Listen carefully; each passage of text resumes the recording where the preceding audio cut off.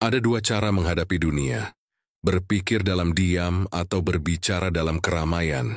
Keduanya manusiawi, keduanya punya alasan, keduanya bisa menyelamatkan, tapi juga bisa menyesatkan. Sebagian orang memilih menyendiri. Mereka bukan benci manusia, bukan pula antisosial dalam arti klinis. Mereka hanya merasa asing. Terlalu banyak yang harus disaring sebelum sebuah kata bisa keluar dari mulut. Terlalu banyak yang harus dipertimbangkan sebelum sepatah kalimat bisa dilepaskan di tengah obrolan biasa.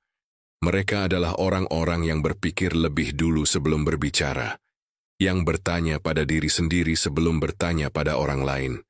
Mereka disebut cerdas, atau paling tidak, sadar. Tapi di sisi lain ada pula mereka yang memilih berkumpul, yang bicara tanpa beban, yang tertawa dengan ringan, yang tampak menikmati kebersamaan tanpa perlu banyak pertimbangan. Mereka tidak ragu untuk bersuara, bahkan ketika tak semuanya mereka pahami sepenuhnya. Mereka disebut bodoh oleh yang menyendiri, tapi sebetulnya mereka hanya berbeda dalam cara menghadapi hidup. Kebisingan bagi mereka bukan masalah, tapi hiburan. Keramaian bukan tekanan, tapi tempat bernaung. Mereka yang menyendiri sering merasa sendirian, bukan karena tidak ada orang, tapi karena jarang ada yang bisa benar-benar diajak berpikir bersama. Di saat yang sama, mereka yang berkumpul tidak memerlukan kedalaman itu. Mereka hanya perlu merasa bersama. Apakah itu salah? Tidak juga. Tapi di titik inilah muncul benturan. Bagi si cerdas, hidup adalah pencarian makna. Bagi si ramai, hidup adalah kesempatan untuk merasa hidup, meski kadang lewat kebisingan. Namun ada sisi gelap pada keduanya. Orang cerdas dalam kesendiriannya bisa berubah menjadi sinis. Terlalu lama menyendiri, terlalu lama menimbang, bisa membuatnya merasa lebih tinggi dari yang lain. Ia mungkin mulai menganggap kebodohan sebagai musuh, padahal itu bagian dari realitas. Sebaliknya, orang yang terus-menerus berada dalam keramaian bisa kehilangan kemampuan untuk berpikir kritis. Mereka bisa terbawa oleh suara mayoritas, menyatu dalam opini yang belum tentu benar, hanya karena semua orang meneriakannya bersama. Dan begitulah dunia ini berjalan. Orang cerdas menyendiri karena lelah dengan kebisingan, tapi kebisingan tetap menang karena diulang-ulang oleh banyak mulut. Sementara orang yang tidak banyak berpikir, terus meneguhkan suara satu sama lain, hingga suara mereka menjadi norma. Di tengah itu semua kita hidup, antara menyepi dan berkumpul, antara diam dan berbicara, antara berpikir atau ikut saja arus. Jadi jika kamu pernah merasa sendirian karena pikiranmu terlalu rumit untuk dijelaskan dalam satu percakapan, mungkin kamu sedang menjadi bagian dari minoritas yang berpikir lebih dalam. Tapi jika kamu justru merasa damai dalam keramaian, mampu menertawakan hal-hal kecil dan menikmati suara-suara yang berbaur, itu pun bukan kesalahan. Ini bukan pertarungan antara pintar dan bodoh. Ini hanya dua cara menghadapi kehidupan yang sama beratnya. Menjadi sadar dan kesepian, atau menjadi bebas dan kehilangan arah. Dan barangkali, yang terbaik adalah tahu kapan waktunya menyendiri. Dan kapan waktunya berkumpul tanpa kehilangan akal. Keramaian selalu memikat. Sejak zaman purba, manusia menyukai suara-suara yang ramai, nyala api unggun yang dikelilingi oleh cerita, nyanyian, dan sorak-sorai. Dalam keramaian, ada rasa aman. Di sana risiko tertolak berkurang. Di sana, logika pun bisa ditinggalkan demi kenyamanan kesepakatan bersama. Kita tidak harus benar. Cukup terdengar seperti yang lain. Inilah akar dari banyak fenomena sosial. Ketika orang berkumpul dalam jumlah besar, muncul sesuatu yang disebut identitas kolektif. Pikiran individu mulai menyatu dalam suara bersama. Yang awalnya ragu-ragu, ikut lantang. Yang tadinya diam, ikut berteriak. Bukan karena mereka tiba-tiba mengerti, tapi karena suara kelompok membuat mereka merasa benar. Bahkan tanpa dasar yang kuat.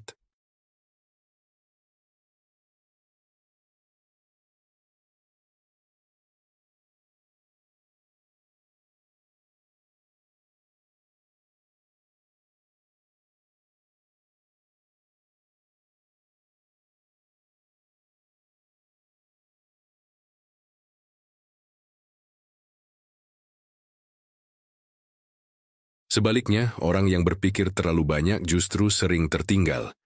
Mereka ragu, mempertimbangkan, menyusun kata-kata yang tepat, dan akhirnya terlambat. Mereka tahu bahwa satu kata yang salah bisa membuka serangkaian makna yang keliru. Mereka tidak takut berbicara. Mereka hanya tidak ingin sembarangan. Namun masyarakat tidak memberi ruang pada keraguan. Dunia lebih menyukai kepastian, meski palsu, daripada keraguan, meski jujur.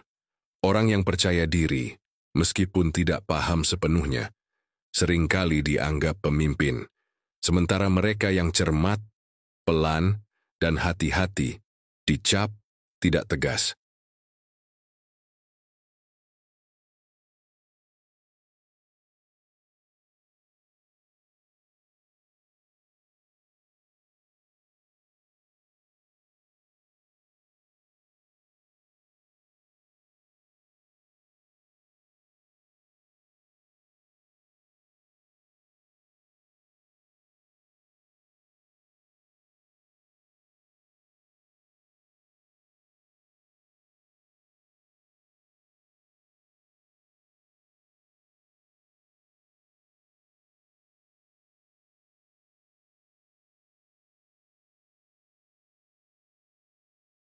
Tapi penting juga untuk tidak meremehkan orang yang tampak bodoh atau ramai. Karena tidak semua dari mereka benar-benar bodoh. Kadang mereka hanya mencari ruang untuk diterima. Kadang, berkumpul dan bersuara adalah bentuk perlawanan atas dunia yang terlalu rumit. Mereka mungkin tidak berpikir dalam kerangka filsafat, tapi mereka berpikir dalam kerangka kebutuhan. Untuk hidup, untuk bertahan, untuk tidak merasa sendiri. Dan begitu pula orang cerdas, tidak semuanya murni bijak atau sadar. Sebagian hanya terluka, sebagian menyendiri karena takut terluka lagi. Sebagian bahkan merasa lebih tinggi, meski tak punya keberanian untuk ikut bicara. Maka pertarungannya bukan lagi antara cerdas dan bodoh, tapi antara diam yang berpikir dan suara yang tak mau mendengar. Bagi banyak orang cerdas, kesendirian bukan hanya pilihan, melainkan kebutuhan. Di sana mereka menemukan ruang untuk berpikir tanpa gangguan. Namun di balik ketenangan itu tersimpan beban kesadaran yang berat. Mereka menyadari kompleksitas hidup, merasakan lapisan emosi yang dalam, dan memahami paradoks eksistensi. Setiap jawaban menimbulkan pertanyaan baru. Setiap pemikiran menimbulkan keraguan. Setiap insight menuntut refleksi lebih jauh. Ketika orang lain sibuk membicarakan hal-hal remeh, orang cerdas bertanya tentang makna, moral, dan tujuan. Mereka memahami bahwa kebahagiaan seringkali sementara, bahwa norma sosial bisa kontradiktif, dan bahwa realitas tidak pernah sesederhana yang tampak. Kesadaran ini bisa membuat mereka merasa terasing, seakan melihat dunia melalui lensa berbeda, yang menyoroti ketidaksesuaian antara apa yang diperlihatkan dan apa yang sebenarnya terjadi. Kesepian menjadi efek samping dari kesadaran. Mereka yang sadar akan kebohongan kecil dalam senyuman teman, atau kepura-puraan dalam basa-basi, sulit menemukan teman sefrekuensi. Percakapan ringan tentang cuaca, gosip selebritas, atau tren musik terbaru terasa hambar. Bahkan dalam grup diskusi intelektual, mereka sering menyendiri karena pendapat mereka terlalu radikal atau terlalu jujur untuk diterima tanpa kritik.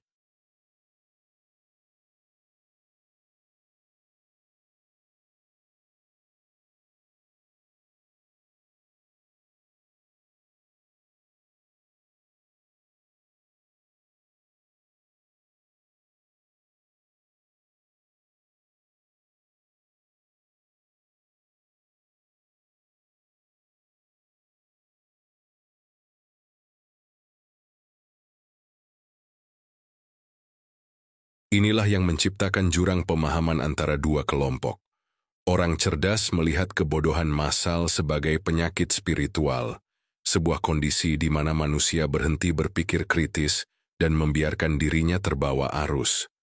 Mereka ingin menarik orang lain ke dalam diskusi mendalam, tetapi sering gagal karena lawan bicara terlalu terikat pada kenyamanan opini populer. Sementara itu, orang yang menikmati keramaian melihat orang cerdas sebagai pembawa aura keangkuhan, terlalu serius, terlalu sukar diajak bercanda, dan sering mengingatkan mereka pada hal-hal tidak menyenangkan seperti kegagalan eksistensial.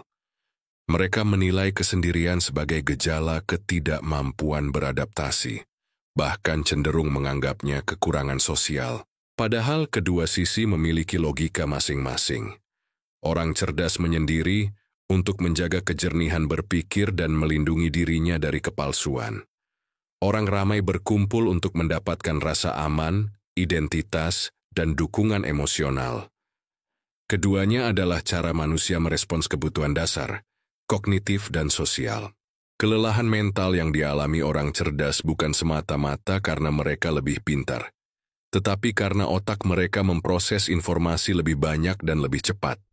Studi psikologi menyebut fenomena ini sebagai overthinking, ketika pikiran terus berputar tanpa henti, hingga sulit tidur atau beristirahat.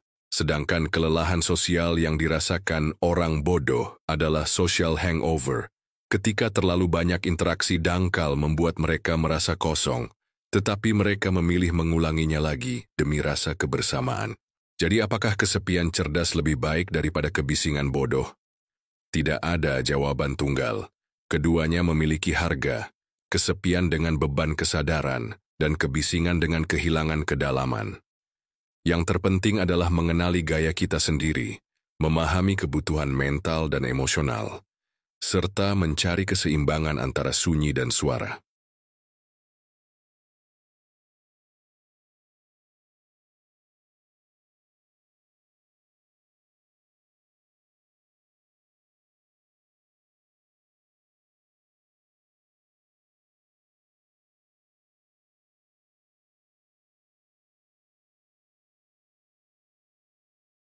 Dalam hitungan detik, sebuah gagasan bisa melintas dan dilupakan.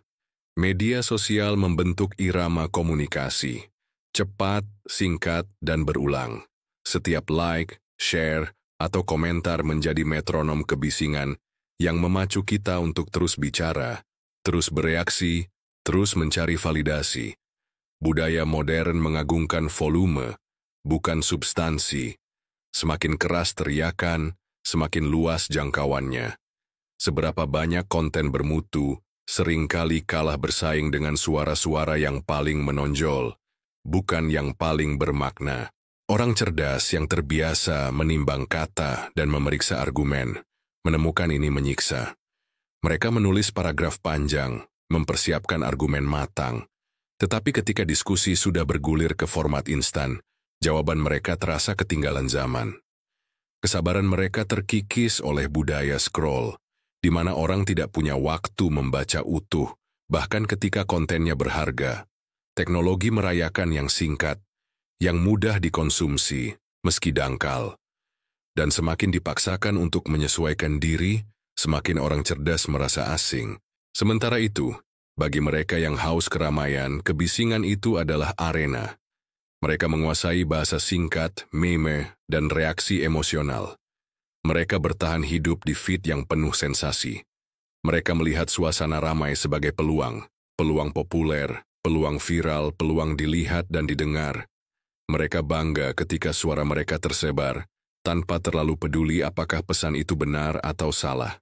Karena dalam budaya volume, yang penting adalah dampak kuantitatif, jumlah like, jumlah view, jumlah share, di perguruan tinggi, di ruang rapat, di gedung pertemuan, bahkan di forum diskusi. Pola ini terus terulang. Pembicara yang menggunakan retorika singkat, kalimat mudah diingat, akan lebih diingat daripada pembicara yang menyajikan fakta lengkap. Moderator menanyakan, intinya apa? Bukan bagaimana detailnya. Slogan dan kutipan pendek menjadi pedang andalan, sedangkan naskah panjang yang berisi analisis komprehensif dianggap tidak relevan. Akibatnya, orang cerdas yang ingin berkontribusi dengan kedalaman seringkali memilih mundur. Mereka merasa terhina bahwa ide-ide mereka disederhanakan hingga kehilangan makna, atau lebih buruk lagi, diabaikan. Mereka menyadari, dalam sistem yang memuja kebisingan, Kesunyian bukan sekadar pilihan, itu adalah bentuk protes. Kesunyian menjadi tanda integritas, penolakan untuk mengorbankan pikiran demi popularitas instan. Namun orang-orang yang terus berbicara tidak sepenuhnya bodoh. Mereka cerdik dalam memanfaatkan aturan main zaman. Mereka paham seluk-beluk algoritma. Mereka tahu bahwa sekali konten mereka viral, pintu peluang baru terbuka. Pekerjaan, koneksi, pengakuan. Mereka memproduksi suara karena di balik kebisingan itu ada sistem yang menjanjikan reward. Jadi bukan semata-mata soal ketidakmampuan berpikir, tapi tentang strategi bertahan. Mereka menyesuaikan diri dengan budaya yang ada. Dari sinilah muncul ironi. Saat dunia membutuh pemikiran mendalam, solusi kompleks, ide inovatif, pemimpin visioner, ternyata dunia lebih memilih yang cepat dan mudah. Dan mereka yang mempunyai kemampuan analisis tinggi malah terpinggirkan. Padahal, dalam banyak kasus, satu ide brilian yang tertunda di feed media sosial berharga lebih dari 1.000 komentar kosong yang langsung viral. Bagaimana kita mengatasi ini? Orang cerdas perlu belajar berteriak dalam format yang bisa didengar, mengemas ide dalam bentuk ringkas namun tetap substansial. Orang ramai perlu belajar menghargai kedalaman, membiarkan keheningan memberi ruang, membaca utuh sebelum menilai. Tanpa perubahan ganda ini kebisingan akan terus tak terkendali, dan kedalaman terus terasing. Sekarang kita tiba pada ujung perjalanan ini, titik di mana orang cerdas dan orang ramai bisa bertemu. Karena tanpa dialog, kita akan terus berjalan di lintasan paralel. Satu kelompok tenggelam dalam kesepian, lainnya tenggelam dalam kebisingan. Pertama, bagi orang cerdas, kesendirian adalah kebutuhan, tapi jangan jadikan itu benteng permanen. Sesekali, cobalah menurunkan tempo, ringkas pemikiranmu dalam poin-poin yang mudah dicerna. Buka ruang diskusi, meski harus berbalut format cepat. Jika ide besarmu hanya dibaca sepintas, cobalah buat ringkasannya. Sebuah esai mikro, sebuah thread singkat, sebuah visual yang menancap. Dengan begitu, suara tajammu tidak hilang dalam gemuruh. Kedua, bagi orang yang terbiasa berkumpul dan berteriak, kebisingan memberi energi, tapi jangan abaikan ruang untuk mendengar. Cobalah berhenti sejenak. Baca satu artikel penuh, dengarkan satu pidato sampai selesai, hadiri satu diskusi panjang. Bukalah diri untuk pikiran yang tidak selalu instan. Di balik kebisingan, ada kedalaman yang memberi makna lebih dalam.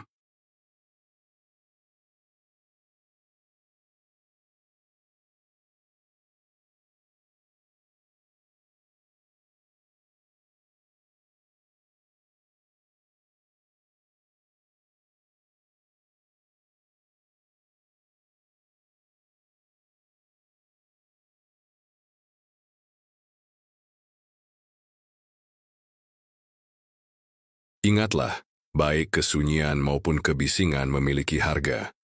Kesunyian bisa membuat kita merasa terisolasi. Kebisingan bisa membuat kita kehilangan diri. Titik tengah terletak pada kemampuan kita memilih kapan menutup mulut dan kapan menyalakannya. Kapan menyendiri dan kapan berkumpul. Kapan berpikir panjang dan kapan berbagi ringkas. Di dunia yang terus berubah, satu hal yang tetap. Kita adalah makhluk yang butuh kedua-duanya. Pikiran kita berkembang dalam ruang sunyi, tetapi ide kita menyebar lewat kebisingan. Jadi, jangan takut untuk sesekali menepi, or runyam, untuk sesekali berteriak. Karena di antara dua ekstrim itu, kita menemukan keseimbangan hidup yang seutuhnya.